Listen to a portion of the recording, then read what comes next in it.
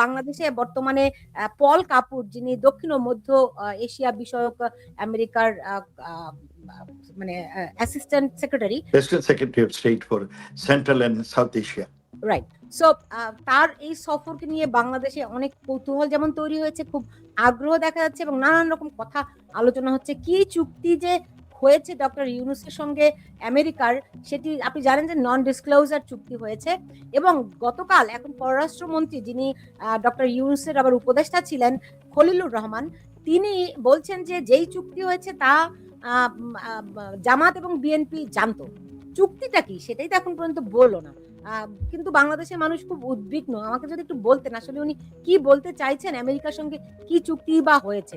বলা হচ্ছে 135টা শর্ত নাকি আমেরিকার রয়েছে, যেগুলো বাংলাদেশকে মানতেই হবে। বিসমিল্লাহির রহমানির রহিম। আপনাকে ধন্যবাদ। আর সেই সাথে আমার যারা আপনার দর্শক এবং শ্রোতা, তাদের আমি এই রমজানের শুভানন্দন জানাই। আপনি যে প্রশ্নটা করেছেন, পল কাপুর ইজ এ ভেরি, শুনেছি is a very bright person, এবং সেই কারণে নেই he could be assistant secretary of state.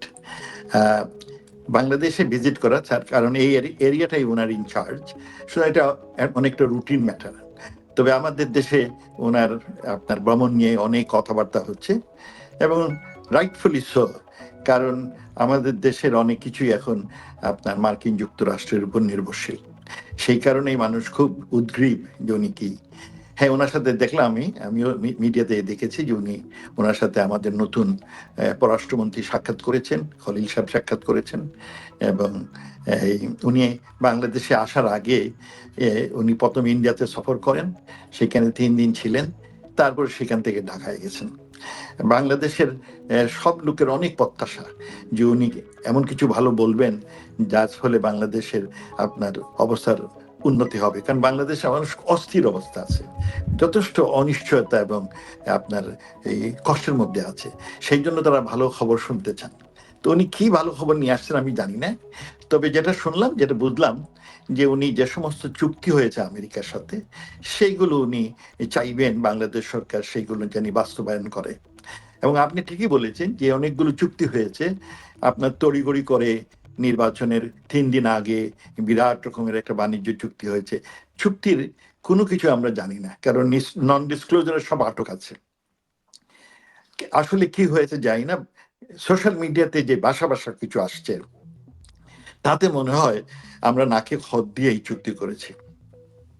চুক্তিগুলো যখন দুই দেশের মধ্যে হয়, সবসময় মিউচুয়াল বেনিফিটের জন্য হয়, উভয় দেশের মঙ্গলের জন্য। এইবারের চুক্তিটি কি হয়েছে আমি জানি না, সুতরাং খুব এটা বলতে, যেগুলো এই সোশ্যাল মিডিয়া, গভর্নমেন্টও কিছু বলে নাই, যেগুলো টের পাচ্ছি, টিআইবি আমাদের ট্রান্সফার ইন্টারন্যাশনাল এজেন্সি, তারা ইন্টারন্যাশনাল টিআইবি, তারা একটা তথ্য দিয়েছে, তারা মোটামুটি তথ্যগুলো ভালো দেয়। এবং তারা বলেছে যে একটি হলো যে বাংলাদেশ যদি কোনো অন্য দেশের সাথে কোনো ধরনের ফ্রি ট্রেড করতে চায়, তাহলে তার পূর্বে আমেরিকার কাছ থেকে অনুমোদন নিতে হবে, এবং আমেরিকার বন্ধু দেশ ছাড়া অন্য দেশ থেকে, অন্য দেশের সাথে ফ্রি ট্রেড করে। আমি যখন পররাষ্ট্রমন্ত্রী ছিলাম, আমরা 2-1টা ফ্রি ট্রেড এগ্রিমেন্ট করেছি। আমরা ভুটানের সাথে করেছি। ভুটান অবশ্য ছোট্ট অর্থনীতি, বাট সেটা করেছি। আমরা সিঙ্গাপুরে ফ্রি ট্রেড করার অনেক দূর অগ্রসর হয়েছি, এবং আমরা ইউরোপের আরো অনেকগুলো দেশের সাথে ফ্রি ট্রেডের। এখন যেটা সমস্যা হবে, আমরা যেমন চায়নার সাথে ফ্রি ট্রেড করিনি, কিন্তু চায়না আর ইন্ডিয়া আমাদের সবচেয়ে বড়, আমরা we are the largest importer আমাদের বাংলাদেশের দুটো দেশ, এটা চায়না এবং ইন্ডিয়া। তো চায়নার থেকে আমরা যেটা অর্জন করেছি, যে আমরা আমাদের যতগুলো এক্সপোর্ট আইটেম চায়নাতে যায়, তার 98% আইটেম আমরা ট্যারিফ ফ্রি করেছি। চায়নাতে রাজি হয়েছে, এটা আমি থাকতে হয়েছে। তাদের সাথে ট্রেড আমাদের অনেক বেশি। এখন চায়নার সাথে যদি আমি ফ্রি ট্রেড করতে যাই, পারবো না, কারণ সেখানে মার্কিন যুক্তরাষ্ট্র অনুমোদন নিতে হবে, তখন একটা ঝামেলায় পড়বে, সেটা একটা সমস্যা হবে। আমরা তো মোটামুটি যে সমস্ত দেশ থেকে বেশি ইম্পোর্ট করি, আমরা সেইগুলোর থেকে আমরা অনেক সময় ফ্রি ট্রেড চাই না, কারণ আমরা তো ওর উপরে ট্যাক্স দিয়ে পয়সা পাই, ওই ট্যাক্স দিয়ে দেশের উন্নয়ন হয়। এই জন্য আমরা খুব প্রুডেন্ট, খুব চালাকি করে আমরা আইটেম এমনভাবে নির্ধারণ করি যাতে ওইটা না হইলে নয়, সেইগুলোর জন্য আমরা করি। এখন নতুন যে সিস্টেম হয়েছে, আরেকটি যেমন শুনেছি, যে যদি কোনো প্রোডাক্ট বাংলাদেশে সস্তায় অন্য দেশ থেকে পাওয়া যায়, আমেরিকান প্রাইস থেকে কমে পাওয়া যায়, হুইচ ইজ মোস্ট লাইকলি, তাহলে কিন্তু আমরা ওইটা কিনতে পারবো না, কিংবা বরং আমাদের দেশের প্রাইসকে বাড়াইতে হবে।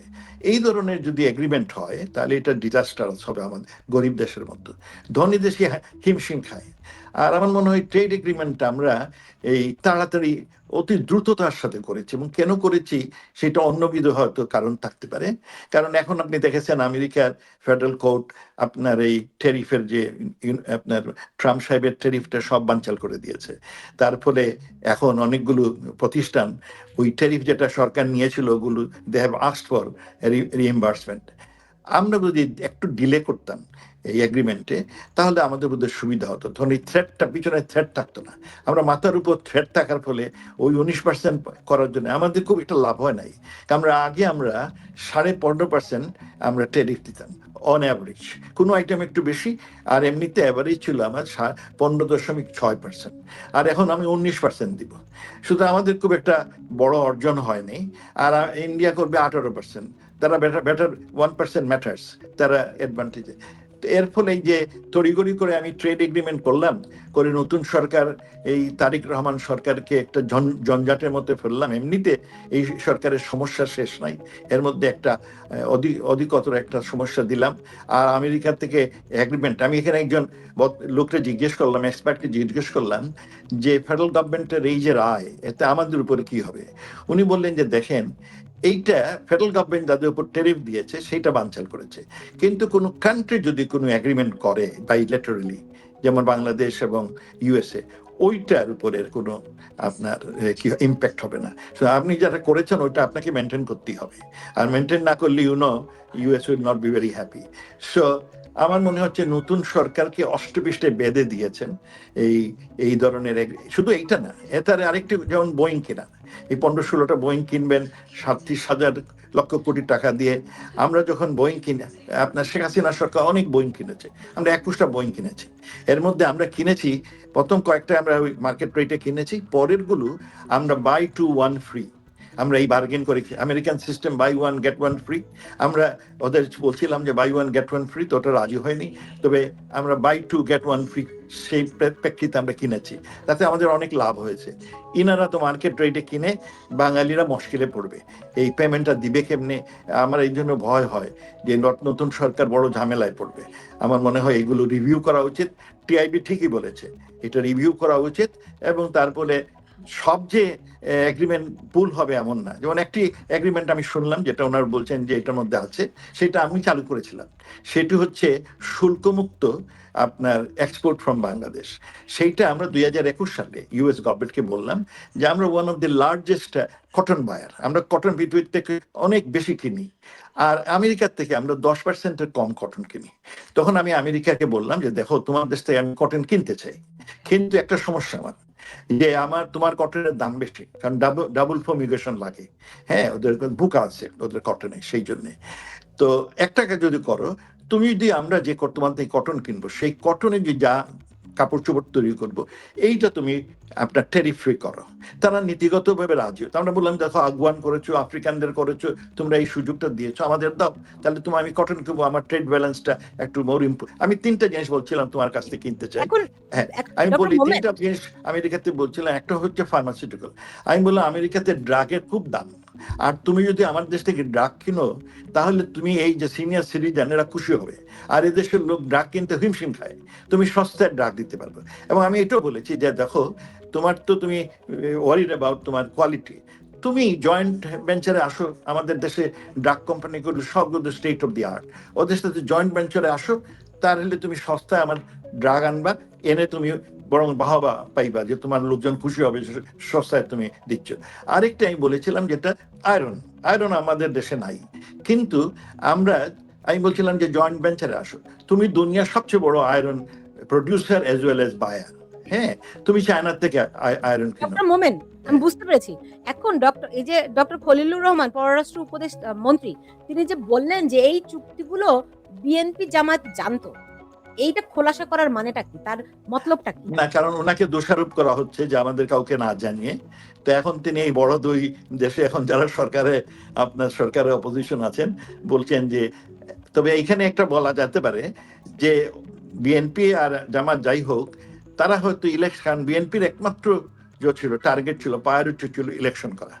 তখন জানতেন ভাবে যে কোনো ভাবে ইলেকশনটা হইলেই, তো তারা হয়তো সেই জন্য রাজি হয়েছে, দেখেও নাই ভালো করে, রাজি হয়েছে যে হ্যাঁ ঠিক আছে। আর ওই মনে মনে এই চিন্তা যে আমরা গেলে এটা চেঞ্জ করে ফেলবো, এই ধরনের। সুতরাং উনি ওনার আপনার উপরে ঘাট থেকে আপনার কি যে অভিযোগের এই যেটা কমানোর জন্য ওদের উপরে দোষ ছাপানোর ব্যবস্থা করছেন। এইটাতে খুব কাজ হবে না, এই ধরনের দোষ ছাপকে খুব লাভ হবে না। এটা কি দোষ মানে নিজের ঘাট থেকে সরানো, নাকি বলতে পারেন যে জামায়াত বিএনপি কেও এটার মধ্যে টানলো যাতে করে এই চুক্তি থেকে কেউ পিছলাতে না পারে? সেইটা হতে পারে, বাট ইউনো সেটা ওদের উপর একটা দেওয়া হয়ে গেল, মানে আটকায় দেওয়া হলো যে তোমরা তো ওইটার সাথে ছিলা, সুতরাং you can't get out of it. হ্যাঁ, বাট আমার মনে হয় they have a provision for review. আমরা যত চুক্তি করি স্টেট টু স্টেট, সেইগুলো চুক্তি করার কয়েক মাস থাকে রিভিউ এর জন্য। হ্যাঁ, সুতরাং ওই 90 days রিভিউ টিভিউ নিশ্চয়ই থাকবে। সুতরাং সেই প্রেক্ষিতে আমাদের রিভিউ করার প্রায় কন্ট্রাক্ট গুলো আমরা করি, সেটার একটা প্রভিশন থাকে রিভিউ এর জন্য। যখন আপনি তো সমতার ভিত্তিতে যখন চুক্তিগুলো করবেন, তখন এই সমস্ত ক্লজ গুলো মেনটেন করতে হয়। ওই তো নিটিগ্রিটি ইজ মোস্ট ইম্পর্টেন্ট। আমেরিকার চুক্তির সবচেয়ে ইম্পর্টেন্ট জিনিস হলো ছোট্ট হরফে যেগুলো লেখা, এবং সেইগুলো আপনি এক্সপার্ট না হলে ঠিক বোঝার উপায় নাই। রাইট। এখন ধরেন তারেক রহমান প্রধানমন্ত্রী হওয়ার পরে তাকে প্রেসিডেন্ট ট্রাম্প শুভেচ্ছা বার্তা দিয়েছেন। সেই বার্তার মধ্যে তিনি লিখেছেন যে ডিসাইসিভলি যেই আমরা সিদ্ধান্তগুলো নিয়েছি, তাই না, এগুলি তারা বাস্তবায়ন করবে। তো এরপরে তো আর কোনো কথা থাকে না, রাইট? উনি যেটা কংগ্রেচুলেশন দিয়েছেন, আসলে সেটা স্মরণ করিয়ে দিয়েছেন যে আপনি চুক্তি করেছেন সেটা বাস্তবায়ন করবেন, আর বলেছেন যে আপনি আমসামাতি কিনবেন, সেইটাও তো। সুতরাং ওনাকে এটা আপনি কংগ্রেচুলেশন না বলে বলতে পারেন যে ওনার কাছে কিছু হুকুমদারি, কিছু নির্দেশনা দেওয়া হয়েছে। এখন এখন এই যে খলিলুর রহমান, ডক্টর ইউনূস, তারা বাংলাদেশকে কোন জায়গায় আসলে নিয়ে যেতে চাইলো বা এখনো চাচ্ছে, এবং তাদের ভূত এই তারেক রহমানের উপর, এই বিএনপি সরকারের উপর কতটা প্রভাব রাখছে বলে আপনার কাছে মনে হচ্ছে? আমার মনে যথেষ্ট প্রভাব রাখতেছে। আমি যেটা বললাম যে বিএনপির একমাত্র টার্গেট ছিল ইলেকশনটা জানতেন হয়ে যাক, এই জন্য তার ইউনূস সাহেব যা বলেছেন তাতেই রাজি। সুতরাং এখন ইলেকশন হয়ে গেছে, এখন দে মাইট রিভিউ, আবার চিন্তা করবে। আর ইউনূস সাহেব এবং খলিল সাহেবরা যে কাজটা করেছেন, যদি দেশের অমঙ্গলের জন্য হয়, তাহলে কিন্তু এর মূল কারণটা হচ্ছে দেশের প্রতি যদি আপনার ভক্তি না থাকে, যাকে আমরা বলি প্যাট্রিয়টিজম, ওইটা যদি না থাকে, তাহলে কিন্তু এই দেশের ক্ষতি হচ্ছে। কারণ ওনার কোনো ক্ষতি হবে না, ক্ষতি হবে সাধারণ লোকের, মধ্যবিত্ত পরিবারের, গরিবদের। সে গ্যাস কিনতে গেলে আমি শুনেছি যে গ্যাসের একটা এগ্রিমেন্ট করেছেন, তাতে গ্যাসের দাম ডাবল, কোথায় 1200 টাকা ছিল পার সিলিন্ডার, এখন নাকি 2500 টাকা। সাধারণ লোক ক্ষতিগ্রস্ত হবে, ওনাদের কিছু ক্ষতি হবে না, আর দেশের ক্ষতি হবে। দেশটাকে অষ্টবিশটা আটকে দিয়ে দেশে যে আমরা একটা সম্ভাবনা অর্থনীতি ছিল, সেইটা আপনার গুড়ে বালি হয়ে যাবে। সব ভবিষ্যৎ 2041 সালের মধ্যে একটা উন্নত বাংলাদেশ, 2030 সালের মধ্যে আপনার ক্ষুধামুক্ত বাংলাদেশ, এই যে আমাদের স্বপ্ন, এইগুলো সব দুলিশাত হবে, বরং উল্টো। আপনার কি মনে হয় এই সরকার এই চুক্তি থেকে বাইরে বেরিয়ে আসতে পারবে? যদি আসার চেষ্টা করে, তাদের পরিণতি কি হবে?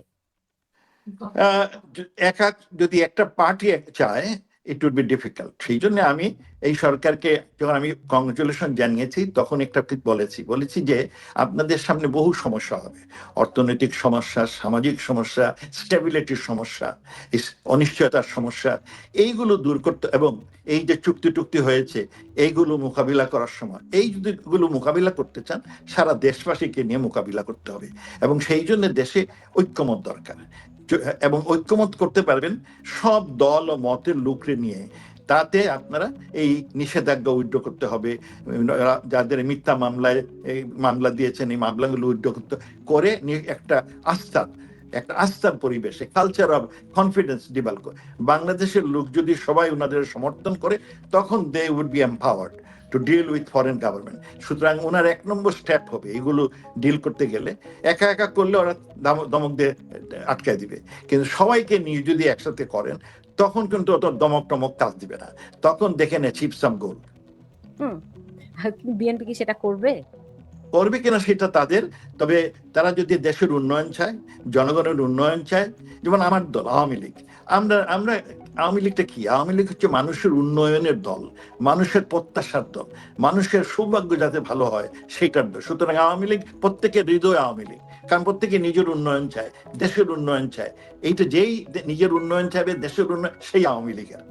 তারাও যদি এই দেশের উন্নয়ন চান, এবং আমি বিশ্বাস করি তারাও চান, তাহলে তখন তারা এই ঐক্যমত্য সৃষ্টি করবেন। ঐক্যমত্য করতে হলে সব দল মতের লোককে নিয়ে করতে হবে। জি, এমনিতে ধরেন এই যে কি বলে পররাষ্ট্রমন্ত্রী খলিলুর রহমান, তার আসল মতলবটা কি? সে শুধুই কি আমেরিকার ইন্টারেস্ট দেখাটাই তার দায়িত্ব, সেই জন্যই তাকে ওই ইউনূসের আমলেও তিনি ছিলেন, এখন তাকে মন্ত্রী বানাতেও বাধ্য হলেন, যে বিএনপি তাকে মন্ত্রী বানাতে চায় নাই, তাই না? তো তাকে মানে মন্ত্রী তাই মানে কি, শুনেছিলাম উপদেষ্টা মিডিয়াতে। পদত্যাগ দাবি করেছিল, তাকে রীতিমতো মন্ত্রী বানাতে বাধ্য হলো। সো ওনার মত, powerful you ministry, no most him very powerful well. Ministry. আপনার দেখেন, পররাষ্ট্রমন্ত্রীর দায়িত্ব খুব বেশি, কারণ আমাদের দেশের মতো দেশ যারা সারা বিশ্বের উপর নির্ভরশীল, বা বিশ্বের দেশের সাথে আমার সুসম্পর্ক না হলে, আমার যে 20 লক্ষ লোক প্রতি বছর চাকরির জন্য বাজারে আসে, আমরা প্রায় অর্ধেকের বেশি বিদেশে পাঠাই চাকরির জন্য। বিদেশে যেতে পারে, ভিসা পাবে না। আমি থাকতে কয়েক জায়গায় ভিসা ওপেন করি। আপনার কিসে ইউএইতে বহু বছর ভিসা বন্ধ ছিল, আমি বহু বলে কয়ে এটা চালু করি। সৌদি আরবে বহু বছর ভিসা বন্ধ ছিল, আমি বলে কয়ে এগুলো আপনার মাননীয় প্রধানমন্ত্রী উৎসাহ দিয়ে আমাদের বলে কয়ে আমরা সেইগুলো ওপেন করি। কত লোক গেছে, প্রায় 28 লক্ষ বাঙালি এখন সৌদি আরবে আছে আর যাচ্ছে। নাও আমাদের দেশটা খুব নির্ভরশীল, পৃথিবীর অন্যান্য ভেরি ইন্টারডিপেন্ডেন্ট। সুতরাং আমাদের দেশের সব দেশের, এই যে বলেন আমার বন্ধু ব্রাজিলের কিসের নাম, পর্তুগালের মন্ত্রী, সে আমার এবং তার সেক্রেটারি আমার পিআর ছিল, আমরা একসাথে পিআর ছিলাম। দে আর সো নাইস, তারা ওপেন আপ করেছে আমাদের জন্য। একই অবস্থা গ্রিসে করেছে। নাও সবার সাথে সুসম্পর্ক রাখতে হবে। খলিল সাহেব নিশ্চয়ই দেশের যদি মঙ্গল চান, তাহলে তিনি সবার সাথে সুসম্পর্ক রাখতে হবে এবং ওপেন আপ করতে হবে। তো বিশেষ চায়নার করে সঙ্গে সুসম্পর্কটা তো আওয়ামী লীগ, চায়নার সঙ্গে সুসম্পর্কটা তো আমেরিকা ভালো চোখে দেখছে না। না, চায়নার সাথে আমার লেবার যাবে না ওখানে, সেই জন্য শোষণ। চায়নার সাথে আমাদের ইকোনমিক রিলেশনশিপ সবচেয়ে বড়, কারণ চায়না হ্যাজ দ্য মানি। তারা আপনার প্রজেক্টের জন্য পয়সা দিয়ে, অন্যরা খালি আপনাকে অ্যাডভাইস দিবে। আপনার পশ্চিমা দেশগুলো কোনোদিন কোনো পয়সা নিয়ে আসে না, তারা শুধু অ্যাডভাইস দেয় যে এই করো, এই করো, সেই করো, আর নয় স্যাংশন দেয়। কিন্তু চায়না দে কাম আউট ক্যাশ, একেবারে বাস্কেট অফ ক্যাশ। আমার বিভিন্ন দেশের মানুষ চায় আমার সুন্দর রাস্তা হবে, আমার মেট্রো রেল হবে, আমার ব্রিজ হবে, টাকাটা কে দিবে? তখন চায়না সস্তা ধরে। আমাদের সময় চায়না এগ্রি করেছিল যে কোনো প্রজেক্টেই 2%-এর বেশি তারা ইন্টারেস্ট চার্জ করবে না। হ্যাঁ, তো এই এগ্রিমেন্টটা আমাদের সাথে চাইনিজ প্রেসিডেন্টের হয়, এবং সেই অনুযায়ী আমরা করে তাদের সাথে সম্পর্ক রাখা আমাদের ছিল। তারা দেওয়ার আর ইকোনমিক পার্টনার। হ্যাঁ, এই ইকোনমিক বাংলাদেশের লোক উন্নয়ন চায়, সেই জন্য চান। এখন একটা মুশকিলে পড়েছে এই সরকার, চায়নার সাথে যদি বেশি মাখামাখি হয় তাহলে আমেরিকা খেয়ে যাবে। হ্যাঁ, আমরা ব্যালেন্স করে চলেছিলাম, এটা আমাদের জন্য একটা বড় ট্যাক্স। সবসময় ইট ওয়াজ এ গ্রেট ডিফিকাল্টি ওই ব্যালেন্সিংটা করা।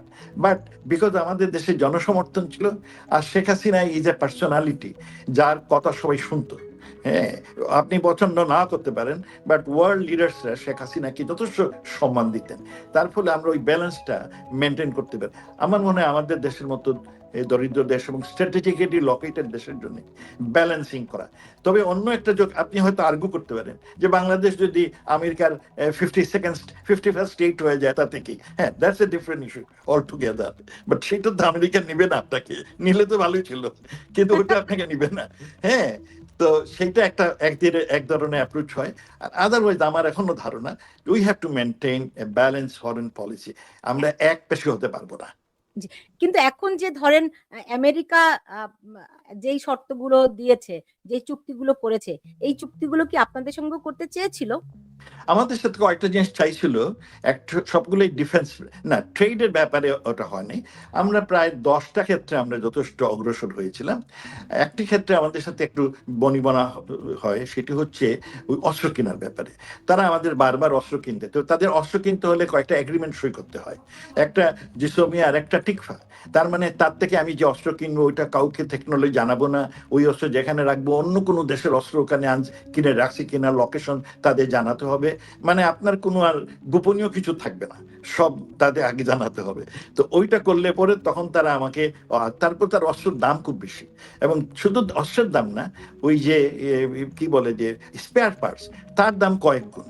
তবে তারা আমাদের বলেছিল আমরা ক্রেডিট দিব, তোমাদের লং টার্ম ক্রেডিট দিব। আমাদের তারা প্লেন বিক্রি করতে চাইছিল, ফাইটার প্লেন।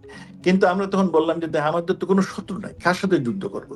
আর ফ্লাইটের উপরে উঠলেই এত ভালো প্লেন, 2 মিনিটের মধ্যে আমার বর্ডার পাস হয়ে যাবে, তো যাবো কোথায় যাবো?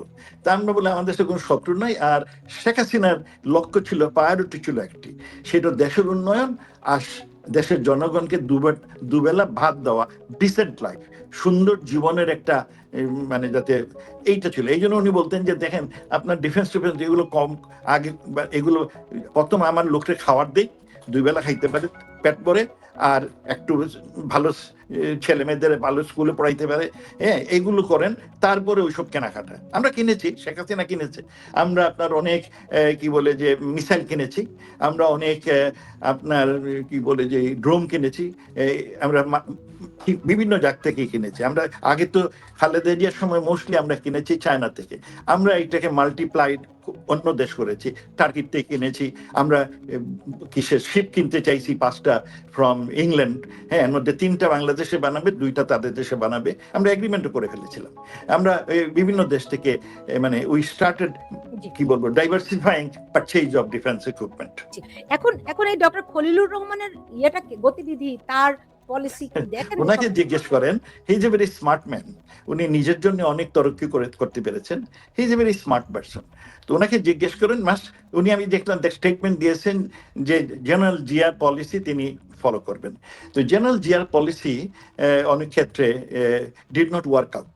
একটা আমি বলতে পারি, সেটা আপনার হচ্ছে গেঞ্জেস ওয়াটার। হ্যাঁ, তখন ওই গেঞ্জেস ওয়াটার এগ্রিমেন্টটা হয় নাই, কারণ জেনারেল জিয়া সেইটা 77-এ এইটা ইউএনএতে নিয়ে আসলেন, ভাবলেন ইন্ডিয়া রাজি হচ্ছে না, তো ইন্ডিয়াকে প্রেশার দেওয়ার জন্য উনি ইউএন জেনারেল অ্যাসেম্বলিতে নিয়ে আসেন। জেনারেল অ্যাসেম্বলিতে নিয়ে আসার পরে ইন্ডিয়ার লবির কারণে এই ইস্যুটা ইউএনএতে কখনো ডিসকাশনই হয় নাই, ওরা কোনোদিন এটা তুলতেই দেয় নাই। 96-এ শেখ হাসিনা এসে এই গেঞ্জেস ওয়াটার এগ্রিমেন্টটা জেনারেল অ্যাসেম্বলিতে উঠায় নিয়ে গেলেন। উঠানোর পরে তিনি বাইলেটারিলি আপনার ইন্ডিয়ার সাথে এই 30 বছরের এই বছরে তো আবার রিনিউ করতে হবে, তো দেখেন কিভাবে হয়। আর তারপরে ওই আমরা কি বললাম, ওই it did not work, general জিয়ার পলিসিটা। ওনাকে তখন আমাদের পররাষ্ট্র মন্ত্রণালয়ের ভুল ধারণা ছিল, আর উনিও ভাবছিলেন যে আমি ইউএনএতে নিয়ে যাব। ইউএন তো একটা সবাই মনে করে বিরাট, UN cannot do anything. UN করতে পারবে অনলি 5টা দেশের যদি সম্মতি থাকে। সেই 5টা কি? USA, UK, France, China, Russia. এই পার্মানেন্ট যারা মেম্বার, তারা যদি এগ্রি করে তাহলে UN can work. Otherwise UN একটা খামাহার ঢঙ্গের অনুষ্ঠান, ডিবেটিং ক্লাব, এটা একটু গল্প স্বল্প করার জন্য। আপনার গ্রিভান্স আপনি বলতে পারেন এই পর্যন্তই, ওখানে গিয়ে আপনি গ্রিভান্স এতে সবগুলো পলিসি ঠিক হবে না। আমার মনে হয় এই, আমি ওনাকে থ্যাংক ইউ নোট দিয়েছি, আমি ওয়েলকাম কংগ্রেচুলেশন দিয়েছি, এবং বলেছি যে দেখেন আমি 3টা পলিসি প্যাকেজ দিয়ে আসছিলাম, if you pursue those you could be successful.